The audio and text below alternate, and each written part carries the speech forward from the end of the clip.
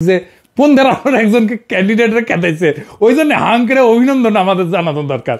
ফারুকিরে ভালো কাজ করছেন ফারুকি আপনি। আবার দেখেন কইছে সে আদিবাসী বলার অধিকার চায়, ফারুকি নাকি বাধা দিচ্ছে। ফারুকি ঠিক কাজ করিছে তো।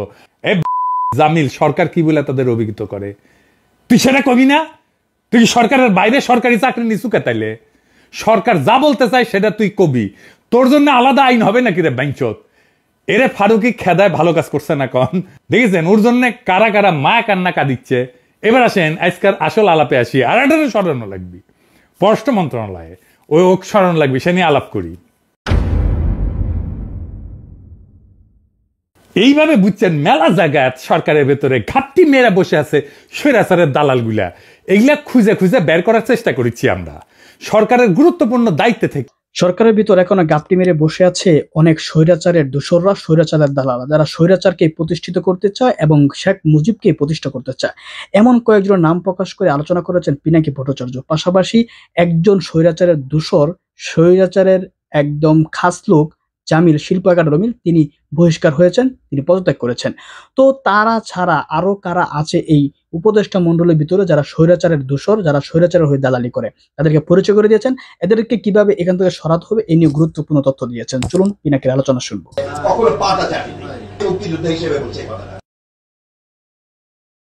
17 তারিখে বঙ্গবন্ধু শেখ মুজিবুর রহমানের জন্য আমরা এটা উৎসর্গ করছি। বঙ্গবন্ধু শেখ মুজিবুর রহমানকে যে আমি ভালোবাসি এইটা আমাকে কাউকে প্রমাণ করতে হবে। এই দাবিতেই কিন্তু শেখ মুজিবুর রহমানের নেতৃত্বে 65 থেকে 67 থেকে 69 থেকে 71 সেই দাবি থেকেই কিন্তু মুক্তিযুদ্ধ। আমি শেখ মুজিবকে ভালোবাসি।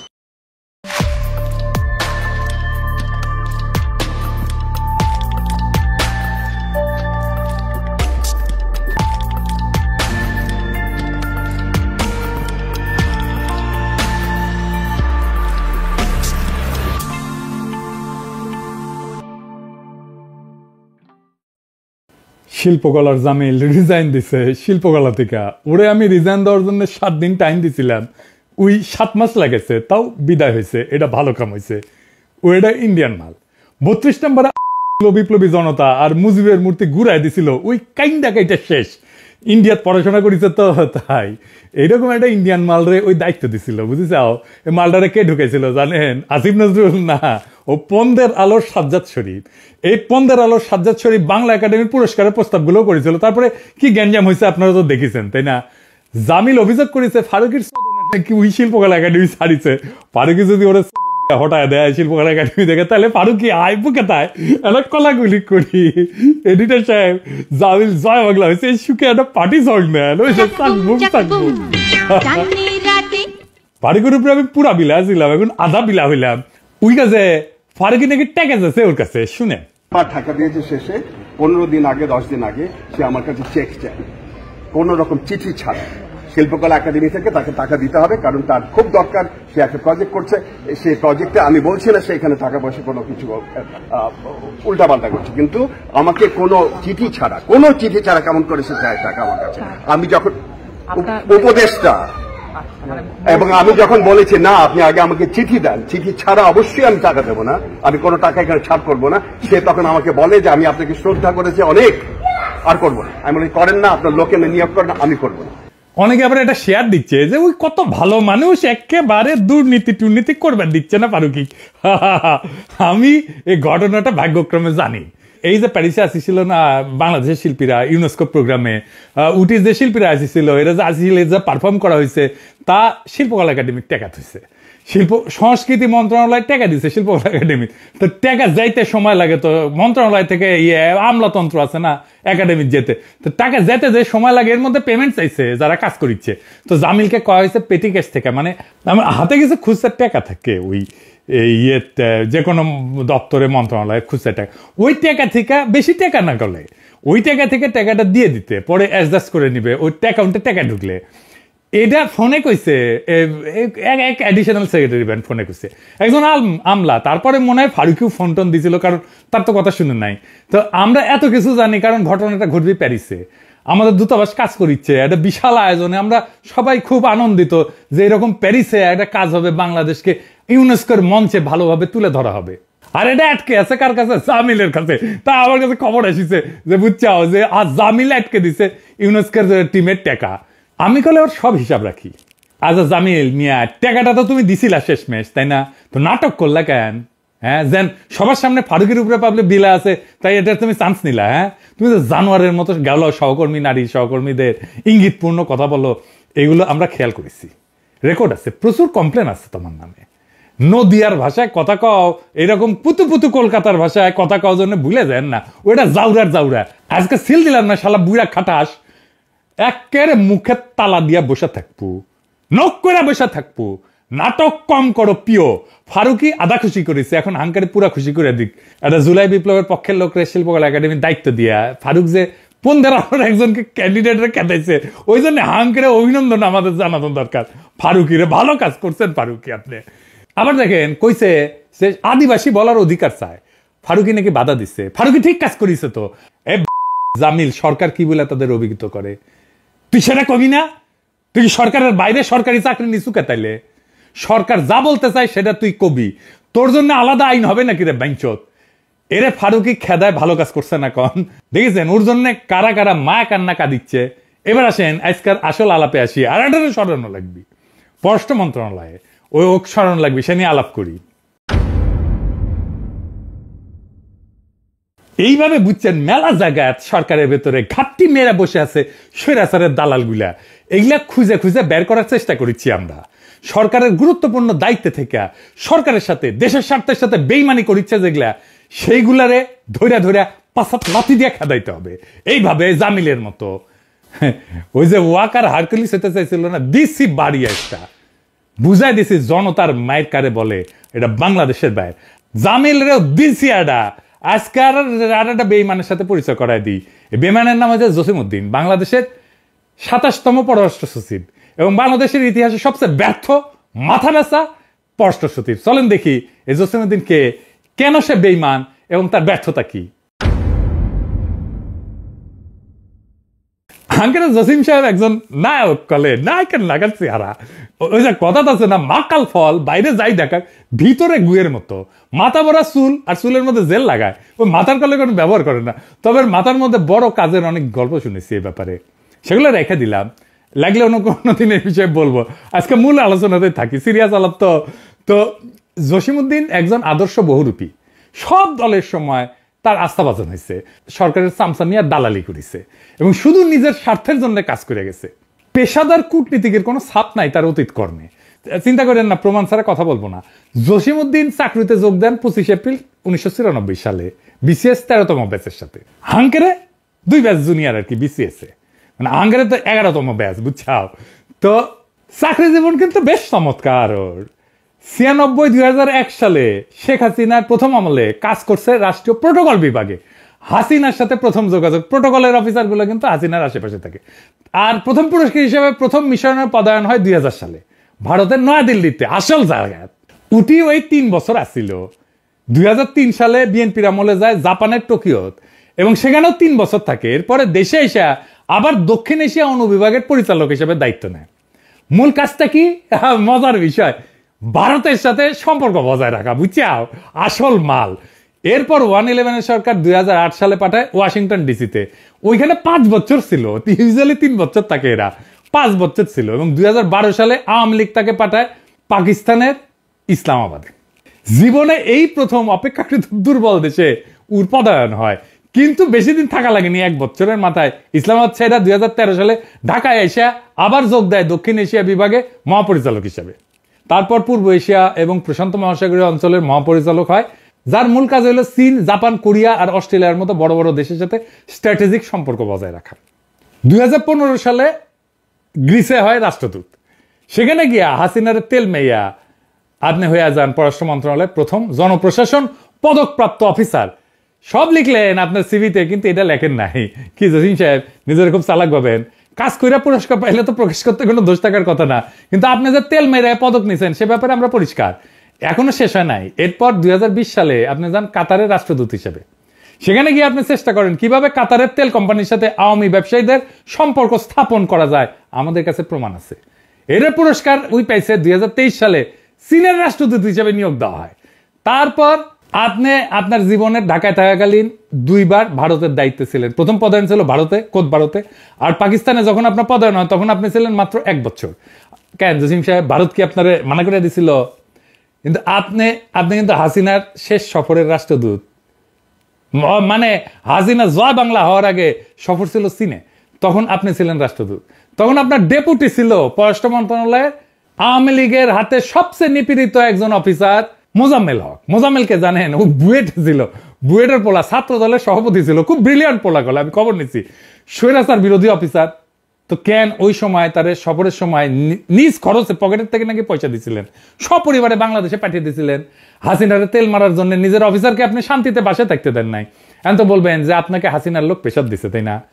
তো আপনি কোন রাষ্ট্রদূত যে নিজের ডেপুটিকে নিজের কাছে রাখতে পারেন নাই? এখন আওয়ামী গল্প যেটা আপনার মনে মনে ভাসতেছে, এটা গল্প ভুলে যান, এটার ব্যাখ্যা আমি দিব। আমার কাছে কইলাম সবকিছুর ব্যাখ্যা আছে। তো এই হইলেন আপনি ভারত পূজা, আপনি ভারতের সাথে কাজ করে শিখেছেন। অন্য কোনো ডিল আছে কিনা তা জানি না, তাই কইলাম না। আমার তো আবার ওই ভারতের সাথে ওই সম্পর্ক নাই, তাই আপনার সিভিতে উল্লেখিত বিষয়গুলো নিয়ে বললাম, আর যা লেখেন নাই তা একটু তুলে ধরলাম আর কি। এবার চলেন দেখি জসিম কিভাবে পররাষ্ট্র সচিব হইল, ক্যাঙ্কা করে কারে তেল মেরা। জসিম হইল একটা সাম্বাস, সুযোগ পেলে কোনোদিন হাতছাড়া করে নাই। যখন 5ই আগস্টের পর আগের পররাষ্ট্র সচিবের বিষয়ে অভিযোগ শুরু হলো, তখন নির্লজ্জের মতো ওই যে মোজাম্মেল, ওই যে ছাত্র দলের ওই যে বুয়েটের মোজাম্মেল, ওরে কাজে লাগাইলো যেন আপনারা পররাষ্ট্র সচিবের দায়িত্ব দেওয়া হয়। মোজাম্মেলকে দিয়া আপনি ক্যাম্পেইন চালাইলেন, তাই না? আমরা জানি এই মোজাম্মেলের কথা আপনারা মনে রাখেন। এই ছেলেটা আগামীর বাংলাদেশের অ্যাসেট, আমরা ওরে প্রোটেক্ট করব। এবং ওর সাথে যে জুলুমবাজি করেছেন ওইটা আপনার দিব জসিম। এই মোজাম্মেলের সাথে আবার জসিম বেইমানি করেছে, বুঝতে চাও? সে আলাপ করবো। যাক, মোজাম্মেল যখন আপনার ক্যাম্পেইন চালায় তখন আপনি প্যারালাল ক্যাম্পেইন চালান যে আপনার ভাই অ্যাডভোকেট সালাউদ্দিন কামরান বিএনপির এমপি ছিল এক সময়।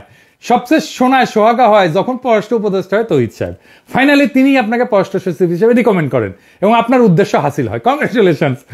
তবে আপনি পররাষ্ট্র সচিব হইয়া ভারতের প্রতি আপনার সব প্রেম দেখাইলেন, তাই ভিডিও দেখলে বোঝা যাবে। এই প্রেক্ষিতে কনসালটেশনে উভয় প্রতিনিধি দল বাংলাদেশ এবং ভারতের মধ্যে বিদ্যমান যে সম্পর্ক, সেই সম্পর্ককে সামনের দিকে আরো এগিয়ে নিয়ে যাওয়ার ব্যাপারে একমত হয়েছে। কনসালটেশনে দুই দেশের পারস্পরিক স্বার্থ সংশ্লিষ্ট বিভিন্ন বিষয় নিয়ে ফ্রি, ফ্র্যাঙ্ক এন্ড ক্যান্ডিড তথা খোলা মনে আলোচনা হয়েছে। আমরা বলেছি বাংলাদেশের সবচেয়ে নিকটবর্তী প্রতিবেশী দেশ হিসেবে ভারতের নিকট আমরা আমাদের দুদেশের মধ্যে বিদ্যমান সকল অনিষ্পন্ন বিষয়সমূহে দ্রুততম সময়ের মধ্যে নিষ্পত্তির জন্য ভারতের সহযোগিতা কামনা করি এবং এই লক্ষ্যে আমরা একযোগে কাজ করার বিষয়ে গুরুত্ব আরোপ করেছি। আমি দুই দেশের সাধারণ জনগণের ভেতরে আস্থা ও বিশ্বাস বিনির্মাণের গুরুত্বের উপরে জোর দিয়েছি। দেখেছেন তো জসিম সাহেব, জুলাই বিপ্লব কি কেন হয়েছে এসব বুঝেন নাই, মাথায় ঢোকে নাই, তাই না? ভারতের প্রতি প্রেম একদম জায়গায় উঠছে দেখছি, একেবারে হান্দাই দিমু প্রেম জায়গা মতো। হ্যাঁ, যেটি দিয়ে প্রেম ঢুকে ওটি দিয়ে হান্দাই দিমু। পরে ছোট মাথা কাজ করিতে কলিকাতা হারগাবার লাগবো। এখন সব কইলাম না, আরো কথা আছে। আপনার বেইমানির গল্প এবার কইতে হয়। আমি আবার সব সহ্য করতে পারলেও বেইমানি সহ্য করতে পারি না। এক সময় কমিউনিস্ট আসছিলাম, তো কমরেডশিপের প্রতি একটা ভালোবাসা তো থাকবেই। এই আপনার বেইমানি নিয়ে একটা কথা কই আসি। জসিম পররাষ্ট্র সচিব হওয়ার পর প্রথম বেইমানি করলো তার প্রতি যে তাকে পররাষ্ট্র সচিব বানানোর ক্যাম্পেইন করেছে, মোজাম্মেল। ওই মোজাম্মেলকে ইউনূস স্যার প্রথমে তার একান্ত সচিব হিসেবে নিয়োগ দিয়েছিলেন। আমরা খুব খুশি হয়েছি, খুবই ভালো সিদ্ধান্ত ছিল। কারণ মোজাম্মেলের মতো একজন স্বৈরাচার বিরোধী যোগ্য অফিসার যদি প্রফেসর ইউনূসের পাশে থাকতো তাহলে ইউনূস স্যারের কাজ করতে অনেক সুবিধা হইতো। স্যার এই লোকটারে আপনি পাঠাইছেন, দূর করেছেন। মোজাম্মেলের নিয়োগ দেখে আপনি দুবাইতে বৈশা পররাষ্ট্র উপদেষ্টা ফোন দিয়া কইলেন যে মোজাম্মেল প্রধান উপদেষ্টা একান্ত সচিব হইলে আপনি নাকি পররাষ্ট্র মন্ত্রণালয়ের উপর থেকে কন্ট্রোল হারাইবেন। হারামজাদা কন্ট্রোল! ইউনূস স্যারের কাজের চাইতে কি পররাষ্ট্র উপদেষ্টা কন্ট্রোল বেশি জরুরি? এই হারামজাদা ভুলে গেল এই পোলার উপরে কি অত্যাচার নির্যাতন চালাইছে মোজাম্মেলের উপরে। ভুলে গেল যে এই ছেলে তার জন্য কি অবদান রাখছে। তো অবশ্য আপনারা কি কমু, আপনি তো বিএনপির সাথেও বেইমানি করেছেন। অবশ্য এটা আপনার রক্তে। শুনছি আপনার ভাই বিএনপির এমপি ছিল, সে তো পরে বিএনপি ছাড়িছে, দল ছেড়ে এলডিপিতে যোগ দিছে, তাই না? তো বিএনপি তো আপনার রক্তে আছে, আপনি তার মধ্যে সেরা। যে বিএনপি আপনার জন্য তদবির করলো, সেই বিএনপির প্রতিষ্ঠাতা শহীদ প্রেসিডেন্ট জিয়াউর রহমানের খুনি কর্নেল দিলওয়ারের মেয়ে তাহলিল দিলওয়ারকে পররাষ্ট্র মন্ত্রণালয়ে পদায়ন করেছেন না? তাহলিল যেভাবে স্বৈরাচারী হাসিনার মডেল বাস্তবায়নের জন্য ক্যানবেরা থেকে প্রধানমন্ত্রী কার্যালয়ের পরিচালক নয় হইতে আসছিল, সেই অফিসারের বিনা অনুমতিতে কর্মস্থল থেকে ঘটনাকে আপনি কোনো শাস্তিমূলক ব্যবস্থা নিচ্ছেন? নেন নাই। কেন নেন নাই?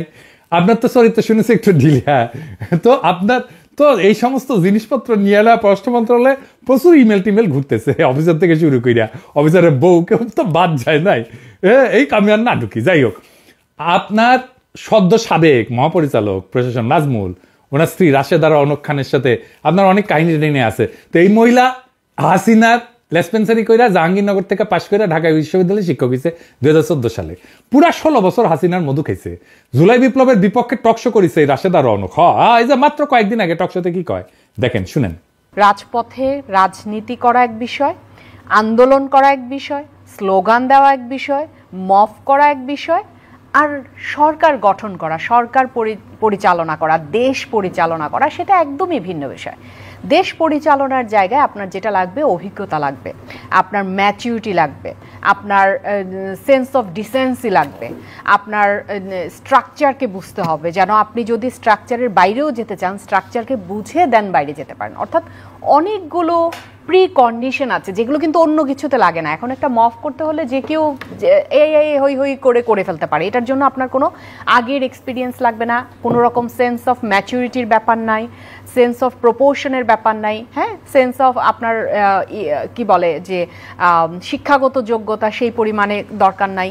দেখা যাচ্ছে, আমরা দেখতে পাচ্ছি রাস্তাঘাটের টুকাইরাও এখন মফ করে ফেলছে। কত বড় সাহস এই মহিলার! ছাত্র জনতারে বলে মব, সে নাকি টোকাইদের মব করতে দেখে। দেখেন 2018 সালে এই মহিলা কি বলিছে,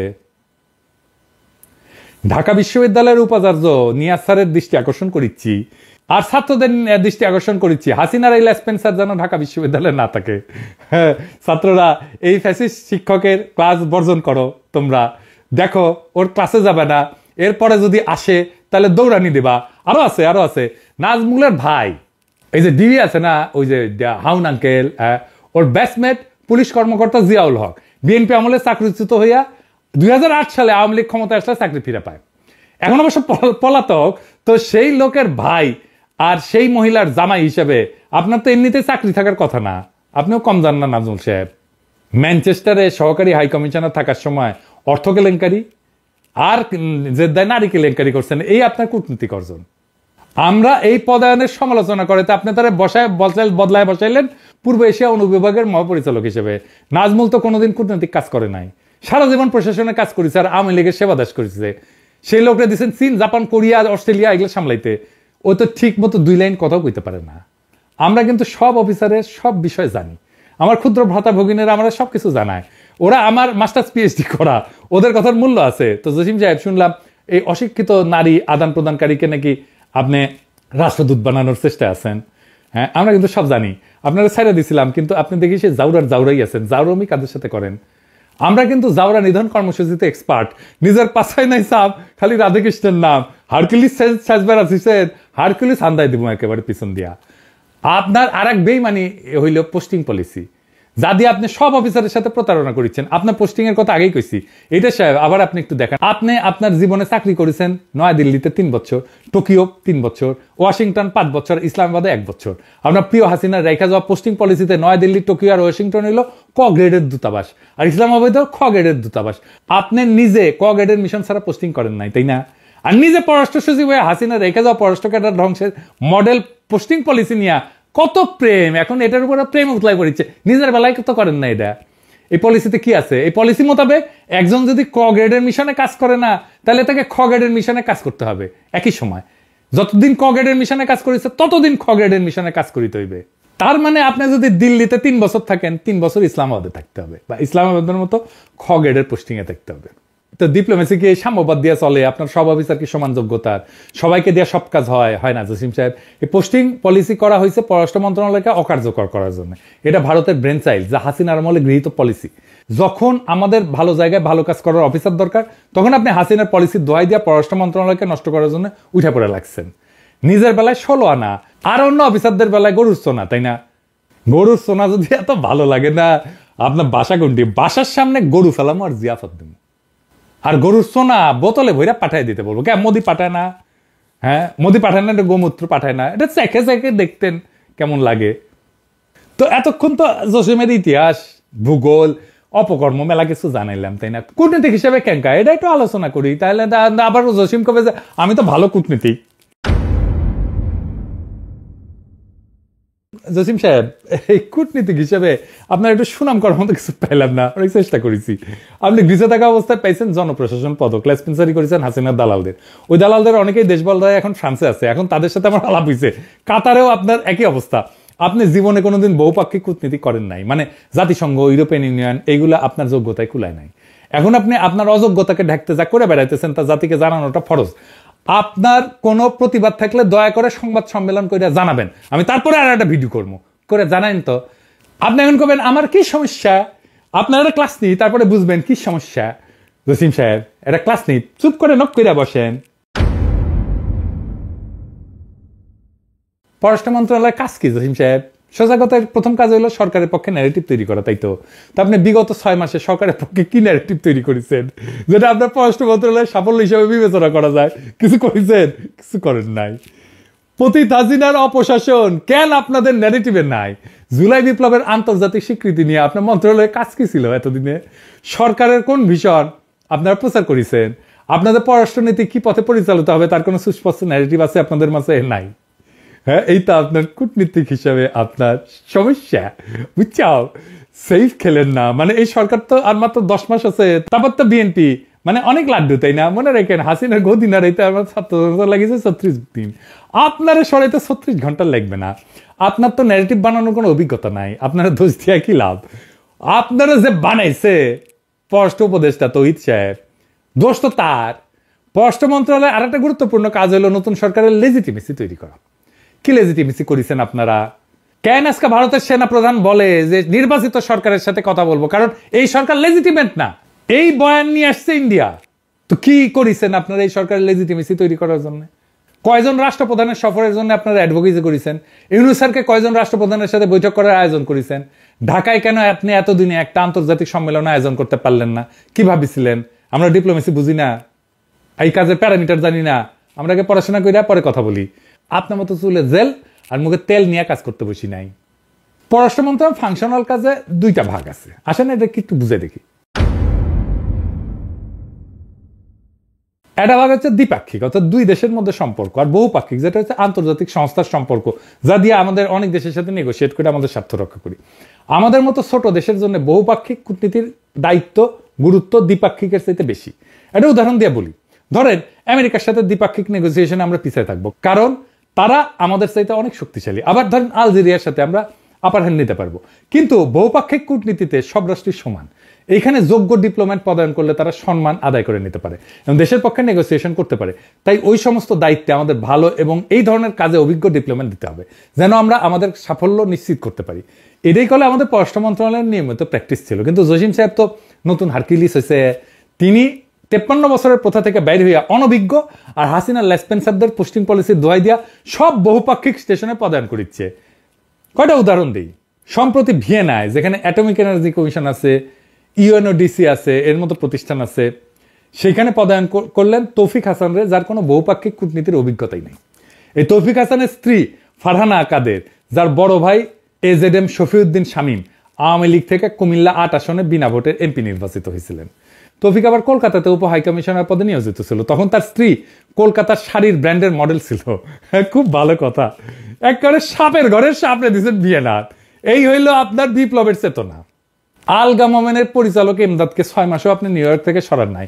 এমদাদ তো নিউ ইয়র্ক, জেনেভা ছাড়া আর কোথাও কোনোদিন পোস্টিং করে না, তাই না? তখন আপনার পোস্টিং পলিসি কুই রেখেছিলেন। আপনার লস অ্যাঞ্জেলেসের মিশন তো পুরাই আওয়ামী লীগ পুনর্বাসন কেন্দ্র। আলগা মোমেনের সবচেয়ে বিশ্বস্ত সামিরা আঞ্জুম কি এখনো কিভাবে কনসাল জেনারেলের পদে থাকে? তার সাথে আছে আলাউদ্দিন, সে নাকি আবার ওই যে লুচ্চা প্রতিমন্ত্রী শাহরিয়ারের পরিচালক ছিল। শাহরিয়ারের আরেক পরিচালক আল আলেমুল ইমাম, সে এখনো লস অ্যাঞ্জেলসে। ফ্লোরিডাতে বসাইছেন হাসিনার আমলে পররাষ্ট্র মন্ত্রণালয়ের মুখপাত্র সেহলি সাবরিনকে, যে কিনা ওই যে জিয়ার খুনির মেয়ে তাহলিল তার খালাতো বোন। মানে জিয়ার খুনি পরিবারের 2 জনকে আপনি পালিচ্ছেন। একই অবস্থা টরেন্টোতে, কনসাল জেনারেল ফারুক তো আলগা মোমেনের আরেক পরিচালক। তার সাথে আছে ফাহমেদা হায়াত, যার জামাই হায়াতুদ্দৌলা 2018 সালের রাতের ভোটে কুশীলভ ছিল, ব্রাহ্মণবাড়িয়ার ডিসি হিসাবে। হ্যাঁ তার চাকরি গেছে, কিন্তু ফাহমিদা কি আপনার মোড়ে ধরিছে? হ্যাঁ, আপনার ভাই তো 3 বিয়া করেছে, তো আপনি আর পিছিয়ে থাকবেন কেন? ফ্যামিলির ইজ্জত বলে একটা কথা আছে না? ফাহমিদার সরাইতে আপনারা তো আপত্তি কেন জসিম সাহেব? শাহরিয়ারের আরেক পরিচালক ওই যে দেওয়ানার সাপ, তো ওয়াশিংটন গিয়া তো আসে নাই, শোনা যায় আমেরিকার নাগরিকত্ব নেওয়ার চেষ্টা করেছে পরিবার সহ। কি চমৎকার ভাগ বাটোয়ারা! এই আপনার পোস্টিং পলিসি, এই আপনার বিপ্লবের পক্ষের অবস্থান। আপনি তো দ্বিপাক্ষিক সম্পর্ক স্থাপনেও দুর্বল। দ্বিপাক্ষিক খালি ওইটা পারেন। আপনি পররাষ্ট্র সচিব হওয়ার পর সফরে গেছেন কোটি কোটি, জানেন ওই কোটি কোটি গেছে, জানেন সার্বিয়াত গেছে, হাঙ্গেরি গেছে, আলজেরিয়া গেছে, মিশর গেছে, বুঝলেন, খুব গুরুত্বপূর্ণ দেশে গেছে। ওইখানে কি কাজ আপনার? রাশিয়া গেলে না বুঝলাম ট্রাক কিনবেন নিলি, হ্যাঁ তা রাশিয়াত গেলে আমি এটা আপনার কনসেশন দিলাম, তো কি ওই চারটা দেশে যে আপনি পররাষ্ট্র সচিব আছে এরা বৈশাখ ট্যুরিজম করছেন। আপনি যাবেন লন্ডনে যাবেন, ওয়াশিংটন যাবেন, টোকিও যাবেন, বেজিং যাবেন, প্যারিস যাবেন, রোমে যাবেন, এইসব জায়গায় যাবেন, নাকি ওরা আপনার মতো পররাষ্ট্র সচিবের মিটিং দেয় নাই? এটা খুবই স্বাভাবিক। নাকি আপনি সরকারের পক্ষে কথা না বলার জন্য অন্য দিক থেকে নির্দেশনা নিয়ে কাজ করতেছেন? একটু খোলাসা করে কন, আমরা বুঝি। আপনি পারেন না নাকি আপনার কেউ? আপনি পররাষ্ট্র সচিব হওয়ার পর প্রধান উপদেষ্টার সাথে কয়টা সফরে গেছেন? অতীতে পররাষ্ট্র মন্ত্রণালয়ের মন্ত্রী সচিব সবাই এই সফরে যেত, এরই স্বাভাবিক, কারণ সরকার প্রধানের সফরে পররাষ্ট্র মন্ত্রণালয়ের কাজটা ক্রুশিয়াল। তো আপনাকে কেন পাই নাই আমরা এই কাজে? নাকি আপনার গোমর ফাঁস হয়ে যাওয়ার ভয়ে আপনি সেখানে আসেন নাই? তো আপনার ছাড়া কি কিছু বাদ গেছে? বাদ যায় না। আপনার মতো অযোগ্য লোকরে গোনার টাইম আছে ইউনূস স্যারের, উনি একাই 100, ওনার টিম উনি নিজেই গড়ে তুলছেন। কিন্তু আপনার ব্যর্থতায় পররাষ্ট্র মন্ত্রণালয় যেভাবে ইররিলেভেন্ট হয়ে যাইতেছে, সেটাই জাতির জন্য খুবই খারাপ। এটা তো আপনি বুঝবেন না, কারণ আপনি যা চাইতেছেন তা পাইছেন। এখন পরবর্তী সরকারের কাছ থেকে পাওয়ার জন্য লাইন দিচ্ছেন, এখন আপনি কইবেন আমি টাকা বেঁচেছি না যাইয়া। তো মাননীয় প্রধান উপদেষ্টা যখন জাতিসংঘের সাধারণ পরিষদে গেলেন, তখন আপনি সাথে সাথে গেলেন না কেন? তিনি চলে আসার পরে নিজে একলা গেলেন কেন? টাকা বেঁচাইতে? হ্যাঁ, আপনার কাজ কি তখন? একা একা হাতি ঘোড়া মারবার গেছেন? আপনি ব্রাসেলসের মতো গুরুত্বপূর্ণ জায়গায় রাষ্ট্রদূত দেন না। কতবার করে কইতেছি, ভারতে দেওয়ার জন্য অস্থির হয়ে গেছেন। আমার এই ভিডিওটা দেখে আসেন 2026 সালের চ্যালেঞ্জ, তাহলে বুঝতে পারবেন কেন ব্রাসেলস আমাদের জন্য গুরুত্বপূর্ণ। প্রফেসর ইউনূস, আপনি ব্রাসেলসে এখনই রাষ্ট্রদূত দেন, খুব জরুরি ভিত্তিতে, এটা খুব জরুরি আমাদের। আমি আবার একদিনে 2 ক্লাস নেই না। আমাদের অর্থনীতির জন্য এখন অন্যতম গুরুত্বপূর্ণ দেশ হলো ব্রাসেলস। সেইখানে আপনি দিচ্ছেন জুনিয়র একজন রাষ্ট্রদূত মাসুদুরকে, সে ভালো অফিসার, তাই আমরা তার অপেক্ষায় থাকলাম। কিন্তু তার ডেপুটি হিসেবে দেওয়ার পায় তারা করতেছেন সলিমুল্লাহ মেডিকেল কলেজের ছাত্রলীগের নেতা শফিল আজমকে। এই শফিল আজম আওয়ামী মন্ত্রী দীপুমনির সময় ডাক্তার পরিচয় দিয়া আর অভিমানে চাকরি ছাড়ার ভয় দেখায় প্রোটোকলে যোগ দেয়, যেন হাসিনার লেসপেন্সারি ঠিক মতো করতে পারে। তো এই হইলো আপনার বিপ্লবের চেতনা আর আওয়ামী পুনর্বাসনের প্ল্যান। ওই আওয়ামী লীগাররা যদি ব্রাসেলসে পাঠান না, আমি কালে নিজে যাবো ব্রাসেলসে, যে পাশায় লাথি দিয়ে বের করে দেবো। আপনি কলকাতার উপ হাই কমিশনার পোস্টিং দিচ্ছেন শাবাবকে। শাবাব হইল একজন পাক্কা আওয়ামী দালাল। সে পররাষ্ট্র মন্ত্রণালয় থেকে আওয়ামী নেতা কাজী জাফরুল্লাহ স্ত্রী নীলুফার জাফরুল্লাহর একান্ত সচিব হিসেবে কাজ করেছে। তার বাবা 73 ব্যাচের কর্মকর্তা। 73 ব্যাচ জানেন তো? তোফায়েল ক্যাডার, মানে তোফায়েল আহমেদ ঢুকেছিল এগুলো সবাই রে। তার বোন 2024-এ আমি তুমি ভোটের নির্বাচনের ঝালকাঠির ডিসি আছিল। একেবারে আওয়ামী মাখামাখিতে আপনি তো আপনার মন্ত্রণালয় একাকার করে দিচ্ছেন। আপনি রাশিয়া রাষ্ট্রদূত করার জন্য প্রস্তাব পাঠাইছেন মঞ্জুরুল করিমের নামে, যে কিনা লন্ডনে লুচ্চামি করিয়া বাংলাদেশের ইজ্জত বাড়াইছে। তো মানে আপনার মাস্টার তো ভাই আর কি, তো কয় না রতনের রতন চেনে আর শুয়ারে চেনে কচু, আপনি চিনেছেন আরেক লুচু। দেখেন মঞ্জুরের ইজ্জতের ফর্দ, রাশিয়া তো আপনার রাষ্ট্রদূতরে গ্রহণ করে নাই। আপনার গালে চর মেললে এটা কথা ছিল, কিন্তু আপনার ভুলার কারণে এই সরকারের যে অপমান হইল, তার জন্য কি জাতির কাছে ক্ষমা চাইছিলেন? চান নাই, মানে আপনার লজ্জাও নাই, লজ্জাবোধও নাই। আপনার অফিসের পরিচালক, মানে আপনার পিএস নিছেন একটা কলেজ পাস মাহবুর রহমানকে। এই মাহবুর রহমান হলো সেই ব্যক্তি যে হাসিনার শেষ সময় জাতিসংঘ ডেস্কের পরিচালক ছিল। এই ডেস্ক থেকে জুলাই বিপ্লবের বিপক্ষে যে সমস্ত ন্যারেটিভ প্রচার করেছিল, তার মূলে ছিল এই মাহবুর। মাহবুর এখন আপনার গরমে সবার সাথে খারাপ ব্যবহার করে। সে নাকি পররাষ্ট্র মন্ত্রণালয়ে সিনিয়র কর্মকর্তাদের জ্ঞান দেয়, ফাইল আটকায়, ভয়ভীতি দেখায়। তো মাহবুর অনেক জ্ঞান না তোমার? হ্যাঁ, খুব সাহস, তাই না? আমি দালালি করে নাটক করো, আমি কিন্তু পোলাপান পাইতে তোমাকে উঠি যে থাপড়ায় গালের দাঁত ফেলে দিবে। ভালো হয়ে যাও, ছোট মানুষ, বেশি করলে দাঁড়াইতে পারবা না। মনে রাখবা, একটা দুর্ঘটনা সারা জীবনের কান্না। লেসপেন্সারি ছাড়ো, মানুষের সাথে দুর্ব্যবহার করবা না, হারকুলিস সাজবা না। আমি কলে দেশে আসিচ্ছি, আমি যখন আসবো না এগুলো লিস্ট করা আছে, ধরে ধরে পাশাত লাথি মেরা পাশার মাজার হাইট ভেঙে দেবো। এবার আসেন পররাষ্ট্র মন্ত্রণালয়ের ফেসবুক পেজটা দেখে আসি। সে মজার ফেসবুক। জসিম সাহেব, আপনি পররাষ্ট্র সচিব হওয়ার পর থেকে আপনার মন্ত্রণালয়ের ফেসবুক পেজ নিয়ে আমরা একটা গবেষণা করেছি। চলেন গবেষণার ফল দেখে আসি। 2024 সালের সেপ্টেম্বর মাস থেকে এই পর্যন্ত সুপ্পু মাননীয় প্রধান উপদেষ্টা প্রফেসর ইউনূস পররাষ্ট্র উপদেষ্টার পররাষ্ট্র সচিবের উপর কয়টা ফেসবুক পোস্ট আছে দেখে আসি। 8 সেপ্টেম্বর থেকে 26 ফেব্রুয়ারি পর্যন্ত। সেপ্টেম্বর মাসে রাষ্ট্রপতির নাই, প্রধান উপদেষ্টার 9টা, পররাষ্ট্র উপদেষ্টার 18টা, পররাষ্ট্র সচিবের 20টা। অক্টোবর রাষ্ট্রপতির 8টা, প্রধান উপদেষ্টার 4টা, পররাষ্ট্র উপদেষ্টার 18টা, পররাষ্ট্র সচিবের 32টা। নভেম্বর রাষ্ট্রপতির নাই, প্রধান উপদেষ্টার 3টা, পররাষ্ট্র উপদেষ্টার 10টা, পররাষ্ট্র সচিবের 24টা। ডিসেম্বর রাষ্ট্রপতির 1টা, প্রধান উপদেষ্টার 9টা, পররাষ্ট্র উপদেষ্টার 15টা, পররাষ্ট্র সচিবের 21টা। জানুয়ারি রাষ্ট্রপতি 7টা, প্রধান উপদেষ্টার 1টা, পররাষ্ট্র উপদেষ্টার 15টা, আর পররাষ্ট্র সচিবের 16টা। ফেব্রুয়ারি রাষ্ট্রপতি 3টা, প্রধান উপদেষ্টা 9, পররাষ্ট্র উপদেষ্টার 17টা, আর পররাষ্ট্র সচিবের 10টা। সব মিলে রাষ্ট্রপতির 19টা, প্রধান উপদেষ্টার 26টা, পররাষ্ট্র উপদেষ্টার 95টা, পররাষ্ট্র সচিবের 123টা। মানে হইল এই যে পররাষ্ট্র সচিবের পোস্ট সবার চাইতে তার পোস্ট বেশি। আপনার সিনিয়রদের কাজকে আপনার চোখে পড়ে না, নাকি আপনি আপনার সিনিয়রদের বেশি তালেবর বেশি কাজ দেখাইতেছেন? প্রধান উপদেষ্টার কাজ নিয়ে মাত্র 26টা পোস্ট, আর আপনাকে নিয়ে 123টা পোস্ট। হ্যাঁ, আপনার আনুগত্য দেখে তো আমি মুগ্ধ। আমাদের কিন্তু আপনি চিনেন না, কইয়া দিলাম। এবার আসেন, আপনার কফিনে আমি শেষ পেরেক পুঁতে দিই। এত কথা বলার পর জসিমের তার চাকরি থাকার কথা না, কিন্তু এই ব্যাপারে চাকরি গেলে হবে না। দেশের বিরুদ্ধে ষড়যন্ত্র করার জন্য এই দালালের শাস্তি হওয়া উচিত। বেশি না, মাত্র 2টা পেরেক মারব। প্রথম পেরেক, কি ডর লাগিচ্ছে? হ্যাঁ জসিম সাহেব, ডরায়েন না, ডরায়েন না, এত ডর কেন? আপনি আর্কিলিস মাজেদা রফিকুন্নেসা নাম জানেন? হ্যাঁ, আওয়ামী লীগের শেষ কাউন্সিলে প্রেসিডিয়াম সদস্য নির্বাচিত হয়েছে। জসিম এই মাজেদা রফিকুন্নেসাকে বঞ্চিত কর্মকর্তা হিসেবে সুপারিশ করিয়া তাকে পদোন্নতির জন্য চিঠি পাঠাইছে। চিঠিতে স্বাক্ষর করেছে তার দপ্তরের গোপন শাখার অফিসার। ওই অফিসারের কোনো দোষ নাই, জসিমের নির্দেশ ছাড়া এমন গুরুত্বপূর্ণ চিঠি কি কেউ পাঠাইতে পারে? কত বড় হারামজাদা হইলে এই চিঠি পাঠায় জসিম, আপনারাই বলেন। উপদেষ্টা পরিষদের প্রতি আমার প্রশ্ন, এমন একটা হাসিনা লেসপেন্সারকে পররাষ্ট্র সচিবের পদ থেকে সরাইতে আপনাদের কতক্ষণ লাগতে পারে? সময় বেশি লাগবে? হ্যাঁ, তাহলে আর একটা পেরেক মারি। হ্যাঁ আসেন, দ্বিতীয় পেরেক। 2রা আগস্ট ছাত্র জনতার এক দফা দাবির আন্দোলন বেগবান হইতেছে। সাধারণ জনতা মাঠে, হাসিনার পুলিশ, র্যাব, বিজেপি, আর্মি ক্লান্ত ছাত্রদের উপরে গুলি করতে করতে। দেশ তখন 2 ভাগ, এক দলের প্রোফাইল পিকচার লাল, আরেক দলের কালো। এক দলের জন্য জুলাই তখন শেষ হয় নাই, আরেক দলের আগস্ট শুরু হয়ে গেছে। আওয়ামী লীগের শোকাবহ আগস্ট। অনেক সরকারি কর্মকর্তা তখন বিবেকের তাড়নায় কিছু বলতে না পাইয়া নিজের ফেসবুক প্রোফাইল পিকচার লাল করতে পারে নাই, আমরা এটা জানি, কিন্তু তারা প্রোফাইল পিকচার কালোও করে নাই। কিন্তু জসিম, হাই বাটপার জসিম, দেখেন কি করেছে, দেখেছেন? এরপর আমার আর কিছু বলার নাই। 5ই আগস্টের আগে এসে স্বৈরাচারের দোষর ছিল, এখনো আছে। আমাদের পররাষ্ট্র সচিব হাসিনার দালালি করে, এর থেকে আর কি কারণ হইতে পারে এই সরকারের ব্যর্থতার? এই জসিমকে আমরা আর চাই না, এই জসিমকে আমরা বয়কট করলাম। জসিমকে দালাল জাউরা সিল মেরে দিলাম। এটা সাহেব সিল মারেন, আরডা সিল মারেন। প্রফেসর ইউনূস স্যার, আমরা জনতার কণ্ঠস্বর, আমরা আপনার সরকারের ছায়া, আমরা আপনার মতো একজন যোগ্য নেতার হাতে বাংলাদেশকে পরিচালিত হইতে দেখে গর্বিত।